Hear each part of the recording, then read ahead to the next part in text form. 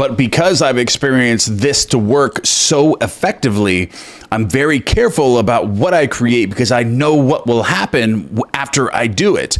In this video, I'm going to cover when you will know when your manifestations are on their way to you. When you actually have impressed the subconscious mind with a new version or a concept of yourself, or you visualized and created something magical and now it's on its way to you. And Neville Goddard covers this really, really well in chapter 2, Assumptions Become Facts. But I'm going to expound on this and give you a practical application of how you can actually use this to determine whether your manifestations are coming or not. And you could stop doing all your exercises that you're doing all day and every night, before you go to sleep. So you can stop doing that. Once you do this and you figure this out and find out that your manifestations are actually on their way to you. All right, so let's go ahead and jump right into Assumptions Become Facts by Neville Goddard. Men believe in the reality of the external world because they do not know how to focus and condense their powers to penetrate its thin crust. This book has only one purpose: the removing of the veil of the senses, the traveling into another world. To remove the veil of the senses, we do not employ great effort. The objective world vanishes by turning our attention away from it. We only have to concentrate on the state desired in order to mentally see it. But to give it reality so that it will become an objective fact, we must focus attention upon the invisible state until it has the feeling of reality.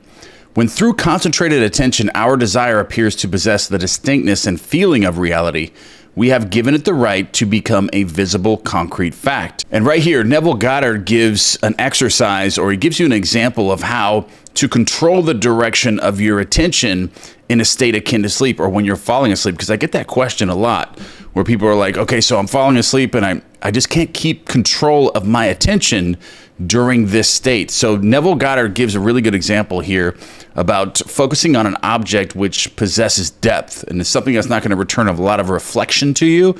So he gets into it right here. So if it is difficult to control the direction of your attention while in a state akin to sleep, you may find gazing fixedly into an object very helpful. Do not look at its surface, but into and beyond any plain object, such as a wall, carpet, or any other object which possesses depth. So you're looking at an object that possesses depth, and you're actually seeing through it.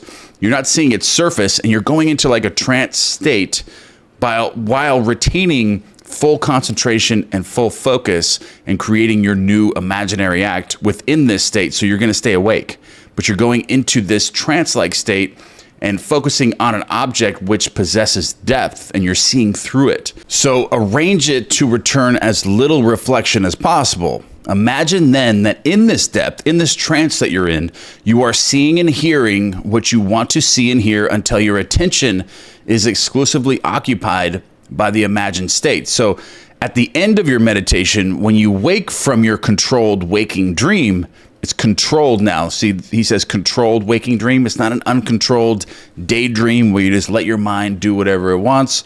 You're actually taking intentional control of this imaginary act. And at the end of your meditation, when you awake from your controlled waking dream, you feel as though you had returned from a great distance. So this is going to happen.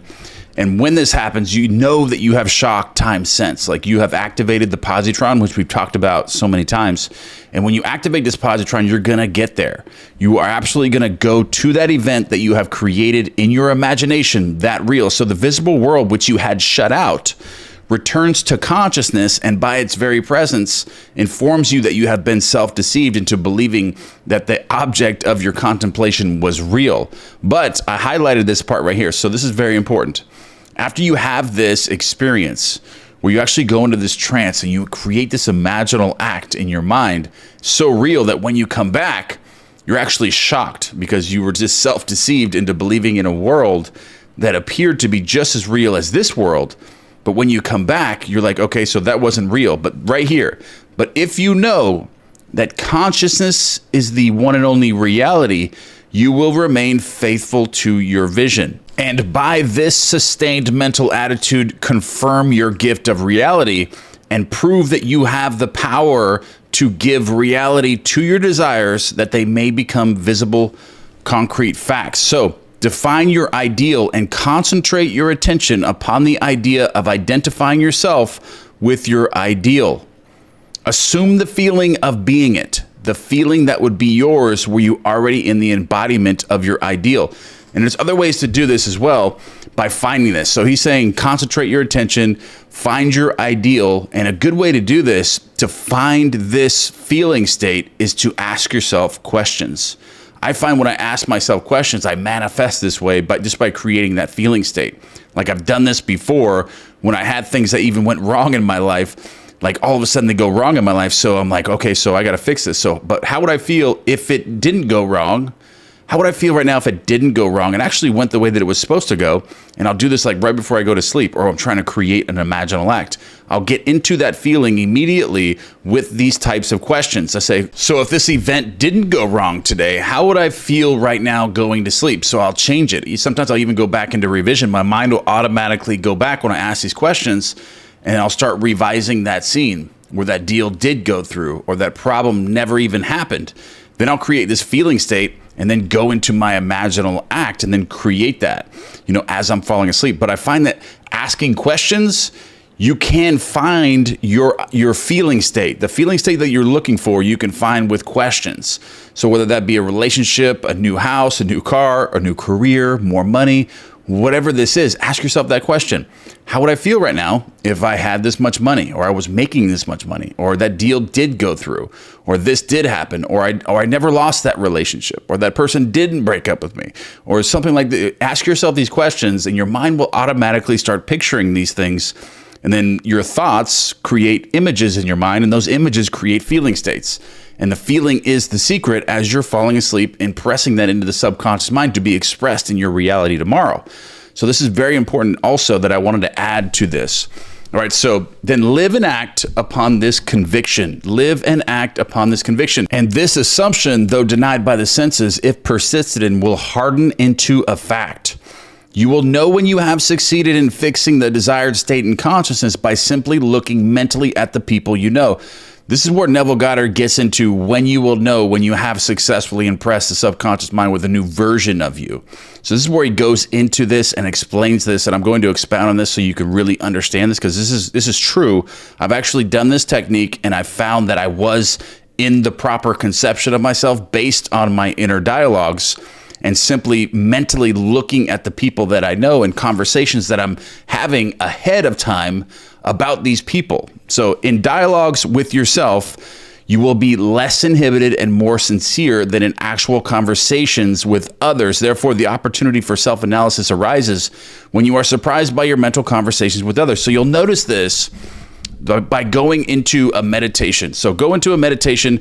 If you've been practicing something, you've been in a relationship with this person, in your imagination, you're persisting in it, you've fallen asleep with it so many nights, now you can go into meditation and picture this person and notice the thoughts that you're having. Notice if your mind is programmed as if you are broken up or you're back together. You'll start to see the patterns with your mind automatically. Where are your thoughts going automatically when you're not consciously controlling them? So this is what happens when you have successfully impressed the subconscious mind. Your inner dialogue is now tricked, or it's changed to believe that you're now back in this relationship, or you have this career, or you have these new things, or whatever you're desiring, you're imagining that you have. So your inner dialogue is now going to be programmed with having the things. So it's going to be leading you and picturing things ahead of it. And if it's a relationship, for example, if it's a relationship that you've imagined that you're now back together with this person, or you're with this specific person, your mind will automatically be picturing things that you're going to be doing together in a relationship. Now you are in a relationship. Instead of focused on this person being at a distance from you and you're having these negative thoughts coming into your mind, you'll notice the difference between the two. And this works with everything, like your career, with your job, whatever you're trying to create as a desire already being completed. So whatever that is that you're working on, you can go into this meditation and just observe your thoughts. Don't try to control them. Just see where your inner dialogue is going. See what you're automatically picturing, and start taking conscious control of that and seeing that and monitoring it without actually controlling it. Because once you build up the momentum and you've actually persisted in this feeling state and impressed the subconscious mind with this new feeling state, your inner dialogue is now going to be changed, and it's going to be leading ahead of events. Those events are going to be ahead of it. So it's going to be imagining things that you're going to be doing together, or it's whatever you have desired. It's going to be leading ahead of that. And you're going to start seeing your inner dialogue headed that way, being more positive. All of these things are going to start happening with your inner dialogue. So this is the best way to determine whether you have impressed the subconscious mind or not. Like, you can actually just stop doing that and just allow this thing now to come to you. And another way to determine this without actually going into a meditation, you can actually just observe your actual actions in the 3D world. If you look back before you started and notice your personality, the way that it was, say if you were lazy or you weren't outgoing, and all of a sudden now you're motivated, you're working harder, you're having these new ideas, you're going out of your way, you're networking, you're doing these other things like all the time. Like, for example, if I were to desire getting 1 million subscribers on my YouTube channel before the end of the year, I would notice these things. I would notice whether I have impressed the subconscious mind with this or not, because I would be working night and day. I would be creating new content. I would be going out of my way. I'd be going on podcasts. I'll be doing this. I'll be doing that. I would be probably ending a lot of relationships that I have in my life, just dedicating all of my time to the channel, everything about it. I would be dedicating my sole purpose would be getting to that level, and doors would start opening. I'd be noticing all these things happening. If I were to impress the subconscious, if I were to desire getting that, I would absolutely get it. But because I've experienced this to work so effectively, I'm very careful about what I create, because I know what will happen after I do it. Like, I could visualize that and I would absolutely get it, but I know what comes with that. I may have relationships right now that I really, really like, and I know my personality would change, and I would end those relationships. I would stop spending time with family. I would start shutting everything down and focusing on this main purpose. So be careful what you wish for, because you will absolutely get it if you do this correctly. If you learn how to visualize, if you know how to create a feeling state and impress that and persist in it until it hardens into a fact, you will absolutely get it. So be very careful what you wish for, because you will get it. But this is another telltale sign that you have impressed the subconscious mind. You can just observe that with your actions in the 3D world. Like, if I were to visualize that, I would know that I've landed it. I know that I wouldn't have to visualize it anymore, because I'm growing at such a high level. I've shut everyone out of my life, and now I'm focused on this one thing. So that's a very good example of how you will know if you've impressed the subconscious mind with actually the attainment and changing your concept of yourself and magical things happening in your life. And here's where Neville Goddard actually gives an example of using your imagination in a specific way to impress the subconscious mind with a new version of yourself. So in your meditation, allow others to see you as they would see you were this new concept of self a concrete fact. So in your imagination,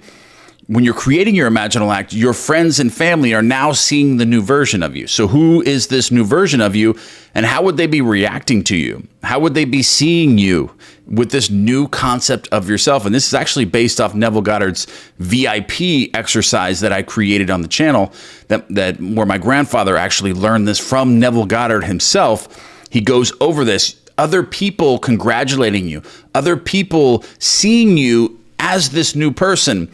This is a very, very effective and powerful way to impress the subconscious mind. So, because you always seem to others an embodiment of the ideal you inspire. So therefore, in meditation, when you contemplate others, you must be seen by them mentally as you would be seen by them physically, were your concept of self an objective fact. That is, in meditation, you imagine that they see you expressing that which you desire to be, so they're congratulating you on your good fortune.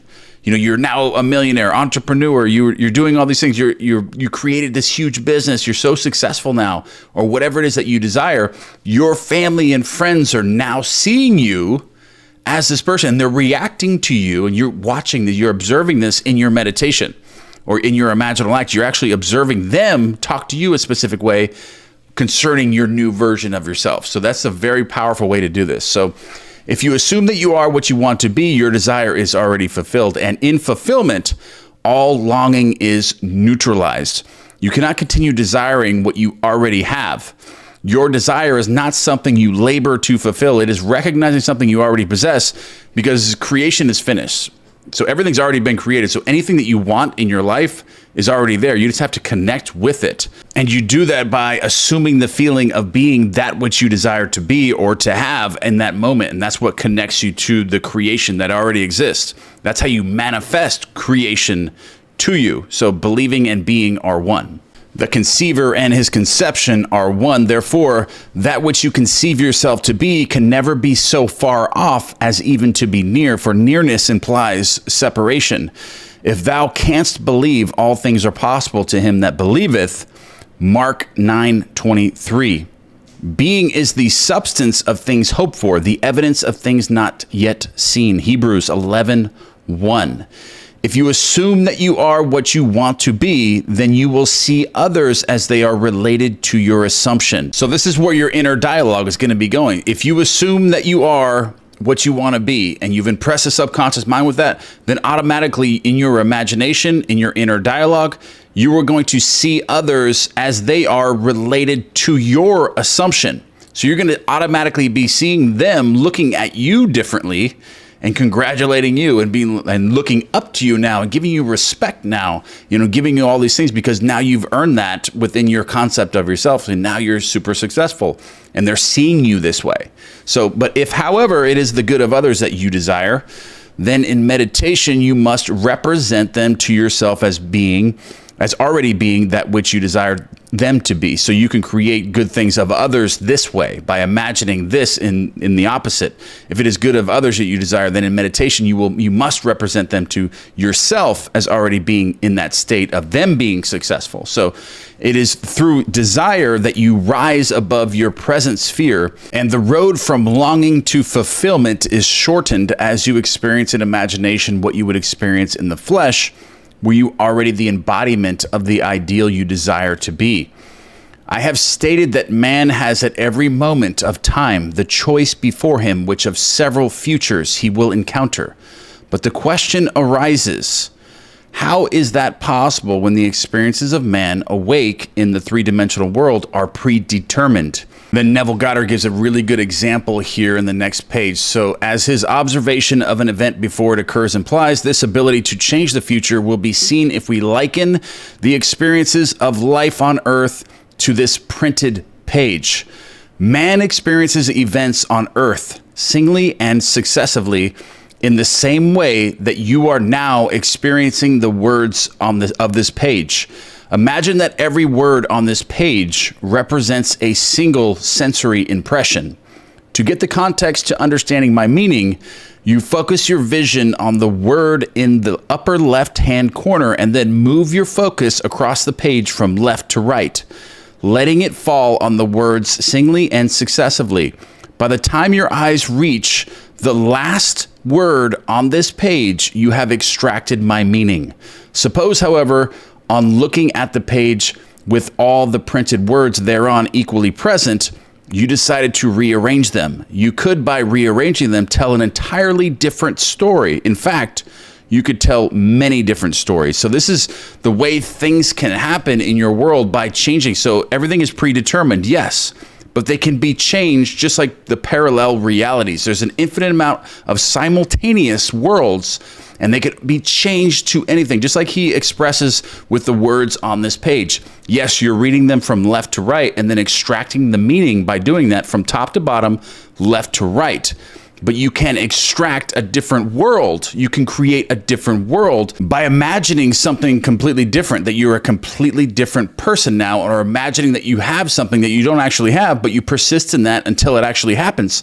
When you do that, you're telling a different story, and you're changing these simultaneous worlds. You're shifting to another parallel reality, just like what he explained here with rearranging the words on the paper. You can tell an entirely different story. In fact, you can tell many different stories, just like there's an infinite amount of parallel realities. That's what he's explaining here, and I really, really like that example. So a dream is no more than an uncontrolled four-dimensional thinking, or the rearrangement of both past and future sensory impressions. So they're all mixed up. So that's what a dream is. A dream is in the fourth dimension. It doesn't exist in the three-dimensional world. So it's just a rearrangement of both past and future sensory impressions. So Man seldom dreams of events in the order in which he will experience them when awake. He usually dreams of two or more events when they are separated in time, fused into a single sensory impression, or in his dream, he so completely rearranges his single waking sensory impressions that he does not recognize them when he encounters them in the waking state. For example, I dreamed that I delivered a package to the restaurant in my apartment building. The hostess said to me, "You can't leave that there," whereupon the elevator operator gave me a few letters. As I thanked him for them, he in turn thanked me. At this point, the night elevator operator appeared and waved a greeting to me. The following day, as I left my apartment, I picked up a few letters which had been placed at my door. On my way down, I gave the day elevator operator a tip and thanked him for taking care of my mail, whereupon he thanked me for the tip. On my return home that day, I overheard a doorman say to a delivery man, "You can't leave that there." As I was out and about to take the elevator up to my apartment, I was attracted by a familiar face in the restaurant. And as I looked in, the hostess greeted me with a smile. Late that night, I escorted my dinner guests to the elevator, and as I said goodbye to them, the night operator waved goodnight to me. By simply rearranging a few of the single sensory impressions I was destined to encounter, and by fusing two or more of them into single sensory impressions, I constructed a dream which differed quite a bit from my waking experience. So it was all just rearranged. That's what he's saying. His dream, or what he dreamt, was just a rearranged version of the day that he had the following day. Everything was just mixed up and rearranged completely because it's in the fourth dimension. So when we have learned to control the movements of our attention in the four-dimensional world, we shall be able to consciously create circumstances in the three-dimensional world. So we learn this control through the waking dream, where our attention can be maintained without effort. For attention minus effort is indispensable to changing the future. We can, in a controlled waking dream, consciously construct an event which we desire to experience in the three-dimensional world. The sensory impressions we use to construct our waking dream are present realities displaced in time or the four-dimensional world. All that we do in constructing the waking dream is to select from the vast array of sensory impressions, those which, when they are properly arranged, imply that we have realized our desire. With the dream clearly defined, we relax in a chair and induce a state of consciousness akin to sleep, a state which, although bordering on sleep, leaves us in conscious control of the movements of our attention. When we have achieved that state, we have experienced in imagination what we would experience in reality, were this waking dream an objective fact. In applying this technique to change the future, it is important always to remember that the only thing which occupies the mind during the waking dream is the waking dream, the predetermined action which implies the fulfillment of our desire, the predetermined action in your imagination which implies the fulfillment of your desire. How the waking dream becomes physical fact is not your concern. How the waking dream, how your desire is fulfilled as a physical fact is not your concern. Do not worry about that. Our acceptance of the waking dream as physical reality wills the means for its fulfillment. Let me again lay the foundation of changing the future, which is nothing more than a controlled waking dream. Define your objective, know definitely what you want. Construct an event which you believe you will encounter following the fulfillment of your desire. Something which will have the action of self-predominant, an event which implies the fulfillment of your desire. Immobilize the physical body and induce a state of consciousness akin to sleep. Then mentally feel yourself right into the proposed action, imagining all the while that you are actually performing the action here and now, so that you experience in imagination what you would experience in the flesh, where you now to realize your goal. So I want to add that here. Asking the questions. I brought this up earlier. Asking these questions to yourself, whatever it is that you desire, imagine or ask yourself that question. How would I feel right now if I did really have this? Like, say that to yourself inwardly or out loud. How would I feel right now if this really did happen? Or that, I was really with this person, or I really had that job, or I really had this car or this house, whatever it is that you're desiring to get, or helping someone else. How would I feel right now? How would they feel right now? And create that feeling state, and then allow the pictures to come in your mind, and then kind of go into this waking dream. this controlled waking dream and then manipulate it at that point. Keep asking these questions and create. I think that'll help a lot of people. And I have helped a lot of people with coaching on this subject and just asking these questions. And I've also experienced this to be very helpful myself. Experience has convinced me that this is the perfect way to achieve my goal. I've also experienced this to be the most effective way to achieve any goal that you have, anything that you desire. This is the most effective way to do it. However, my own failures would convict me were I to imply that I have completely mastered the movements of my attention. I can, however, with the ancient teachers say, this one thing I do, forgetting those things which are behind and reaching forth unto those things which are before, I press towards the mark for the prize. Philippians 3:13-14. All right, so we have chapter 3 next. That is the power of imagination.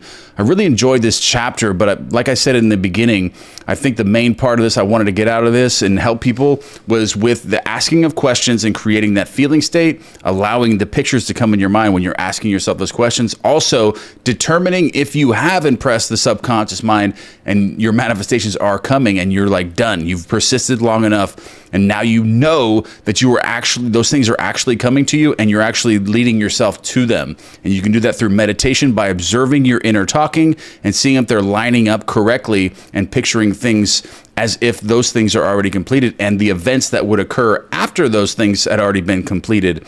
And you can do this actually in your 3D world as well by observing your own actions.